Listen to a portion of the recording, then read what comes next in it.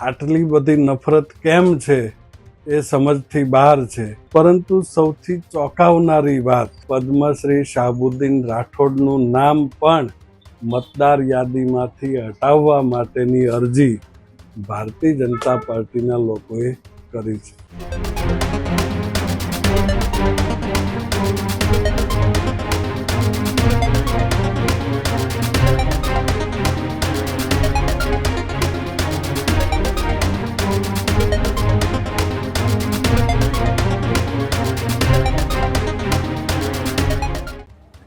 નમસ્કાર, આપ જોઈ રહ્યા છો ન્યૂઝ રૂમ ગુજરાત અને આપની સાથે હું છું ભાવિક। મહત્વપૂર્ણ સમાચારો પર આ બુલેટિનમાં નજર કરીએ તો સુરેન્દ્રનગરથી મોટા સમાચાર મળી રહ્યા છે। સુરેન્દ્રનગર અને ચોટીલામાં એસઆર મુદ્દે કોંગ્રેસનો મોટો આરોપ જોવા મળી રહ્યો છે। એસઆર પ્રક્રિયામાં બેદરકારીનો કોંગ્રેસે ગંભીર આક્ષેપ લગાવ્યો છે। પૂર્વ ધારાસભ્ય ઋત્વિક મકવાણાએ એસઆરની કામગીરીમાં ગેરરીતિના આક્ષેપ કરતા મામલો ગરમાયો છે। થાનના પદ્મશ્રી શાહબુદ્દીનભાઈ રાઠોડનું ફોર્મ નંબર 7 ભરાઈ ગયા હોવાનો દાવો કરવામાં આવી રહ્યો છે। પદ્મશ્રી શાહબુદ્દીનભાઈ રાઠોડનું જે શાહબુદ્દીનભાઈ રાઠોડ છે તેમનું નામ મતદાર યાદીમાંથી રદ કરાવવા અરજી કર્યાનો દાવો પણ કરવામાં આવી રહ્યો છે। મતદાર યાદી સુધારણા કાર્યક્રમમાં મોટા પાયે ગેરરીતિ થતી હોવાનો દાવો કોંગ્રેસના નેતાઓએ કર્યો છે। ત્યારે લોકોને મતદાર યાદી મુદ્દે સાવચેત રહેવા ઋત્વિક મકવાણાએ જે છે તે અપીલ કરી છે। ત્યારે સુરેન્દ્રનગર, ચોટીલા અને આસપાસના વિસ્તારોમાં કોંગ્રેસ દ્વારા એસઆરની કામગીરીને લઈને સતત વિરોધ કરવામાં આવી રહ્યો છે, આરોપ પ્રત્યારોપ લગાવવામાં આવી રહ્યો છે। ત્યારે ચોટીલાના પૂર્વ ધારાસભ્ય ઋત્વિક મકવાણા કે જેમનો એક વિડીયો સામે આવ્યો છે ને જેની અંદર થાનના પદ્મશ્રી શાહબુદ્દીનભાઈ રાઠોડનું ફોર્મ નંબર 7 ભરાઈ ગયાનો દાવો કરવામાં આવી રહ્યો છે। પદ્મશ્રી શાહબુદ્દીનભાઈ રાઠોડનું નામ મતદાર યાદીમાંથી રદ કરાવવા અરજી કર્યાનો દાવો પણ કરવામાં આવી રહ્યો છે અને મતદાર યાદી સુધારણા કાર્યક્રમમાં મોટા પાયે ગેરરીતિ થઈ હોવાનો દાવો એ આજકાલથી નહીં પરંતુ જ્યારથી એસઆરની કામગીરી શરૂ થઈ ત્યારથી જ કોંગ્રેસ દ્વારા સતત ને સતત વિરોધ કરવામાં આવી રહ્યો છે। લોકોને મતદાર યાદી મુદ્દે સાવચેત રહેવા માટે પણ ઋત્વિક મકવાણા જે છે ઋત્વિક મકવાણા તેમણે લોકોને અપીલ કરી છે, સાવચેત રહેવાની વાત કરી છે કે જો હવે એસઆરનું કોઈ પણ કામ આવે તો એમનાથી તમારે પહેલા જાણકારી લેવી અને ત્યારબાદ તમારે બધી જ ડિટેલ્સ અને બધી જ જે જાણકારી છે તેમને આપવી। આ પ્રકારની વાત જે છે તે કરવામાં આવી રહી છે અને કોંગ્રેસ દ્વારા સતત વિરોધ કરવામાં આવી રહ્યો છે। એની વચ્ચે સુરેન્દ્રનગર, ચોટીલા અને આસપાસના વિસ્તારોમાં એસઆર મુદ્દે કોંગ્રેસ હવે લડી લેવાના મૂડમાં દેખાઈ રહી છે। ત્યારે ઋત્વિક મકવાણાએ ગંભીર આક્ષેપ પણ કર્યા છે। ફોર્મ નંબર 7 ને લઈને વિવાદ જે છે તે ઉભો થતો જોવા મળી રહ્યો છે અને કહેવાય રહ્યું છે કે કેટલાય લોકોના નામ રદ થઈ ચૂક્યા છે। આ પ્રકારનો દાવો અને આ પ્રકારના આક્ષેપ જે છે તે લાગી રહ્યા છે। એની વચ્ચે એમની પ્રતિક્રિયા પણ સામે આવી છે। પ્રતિક્રિયા પણ સાંભળો કે જેની અંદર ઋત્વિક મકવાણાએ કયા પ્રકારના ગંભીર આક્ષેપ લગાવ્યા છે। નમસ્કાર। સમગ્ર રાજ્યની અંદર અત્યારે ચૂંટણી પંચ દ્વારા એસઆઈઆરની કામગીરી ચાલી રહી છે। ડ્રાફ્ટ યાદી પ્રસિદ્ધ થઈ ચૂકી છે। અત્યારે એની અંદર ડ્રાફ્ટ યાદીની અંદર જો કોઈને વાંધા વચકા હોય તો એની વાંધા અરજીઓ ચૂંટણી પંચ દ્વારા મગાવવામાં આવી રહી છે। ભારતીય જનતા પાર્ટી ચૂંટણી જીતવાની લાલચમાં તમામ નૈતિકતાઓ નેવે મૂકી અને એટલી હદે નીચે ઉતરી ચૂકી છે કે દલિતો, આદિવાસીઓ, પછાત વર્ગના લોકો અને એમાંય ખાસ કરીને લઘુમતી વર્ગ માટે એમની જે ઘૃણાસ્પદ કહી શકાય એ હદની નફરત એ એક હદ કરતાં વધારે પાર કરી ચૂકી છે એવું કહેવાની ઈચ્છા આજે એટલા માટે થઈ કે 63 ચોટીલા વિધાનસભા મત વિસ્તારની ફોર્મ નંબર 7ની યાદી અમારા દ્વારા નાયબ ચૂંટણી અધિકારી પાસેથી માગવામાં આવી। એની પાસેથી જે વિગતો અમને મળી ખૂબ જ ચોંકાવનારી યાદી છે। સ્વાભાવિકપણે ભારતીય જનતા પાર્ટીએ computer generated form number 7 print કર્યા હશે, કોણે કર્યા હશે, કેવી રીતે કર્યા હશે હજી તપાસનો વિષય છે।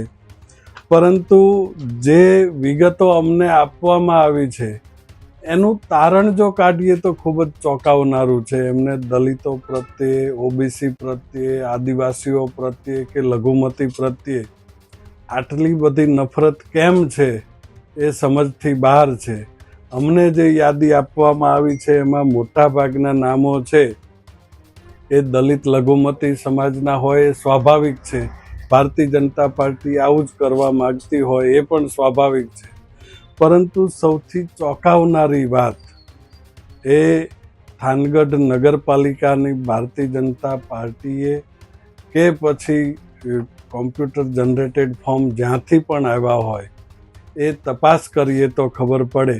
પરંતુ એની અંદર ચોંકાવનારું એક નામ અમારા ધ્યાનમાં આવ્યું છે, પદ્મશ્રી શાહબુદ્દીન રાઠોડ, જે થાનગઢનું ગૌરવ છે, અમારા મત વિસ્તારનું ગૌરવ છે. પરંતુ એમની એક કમનસીબી છે કે લઘુમતી સમાજમાંથી આવે છે.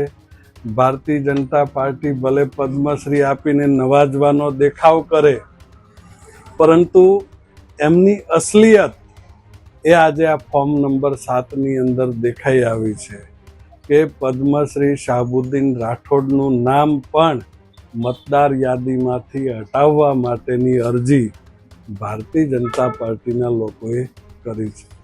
એનાથી ચોંકાવનારી વાત એ છે કે જે નામ વતી એ અરજી કરવામાં આવી છે, કોઈ હિતેશ રાઠોડના નામે અરજી કરવામાં આવી છે, એના ફોર્મ નંબર જે આપેલા છે, આજે સુરેન્દ્રનગર જિલ્લા ચૂંટણી અધિકારીની હાજરીમાં આખા કોંગ્રેસ પ્રતિનિધિ મંડળ અને કલેક્ટર કચેરીના પ્રતિનિધિ મંડળની હાજરીમાં લાઉડ સ્પીકર ઉપર રાખી અને હિતેશ રાઠોડને અમે ફોન કર્યો, વિડીયો કેમેરાની સામે, પત્રકારોની સામે.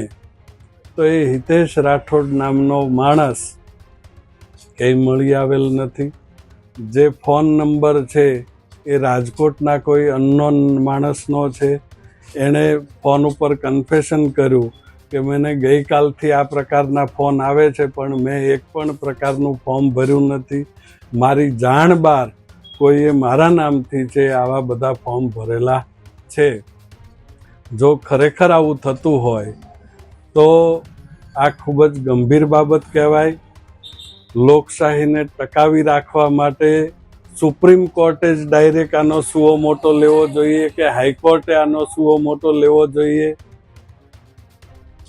ચૂંટણી અધિકારી પાસે આવા ફોર્મ કોણ રજૂ કરી ગયું છે એની તપાસ થવી જોઈએ. આ ફોર્મ કઈ જગ્યાએ પ્રિન્ટ થયા છે, એના એપિક નંબર છે એ પણ મેચ નથી થતા.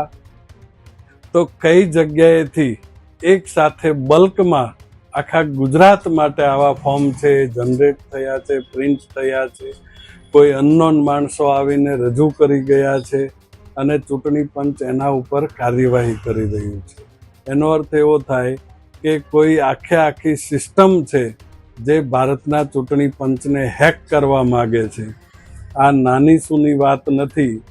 આપણા દેશના પદ્મશ્રી વિજેતા સાથે પણ જો આ પ્રકારની ઘટના બની શકતી હોય તો નાના મતદારો સાથે તો ગમે ત્યારે ઘટી શકે.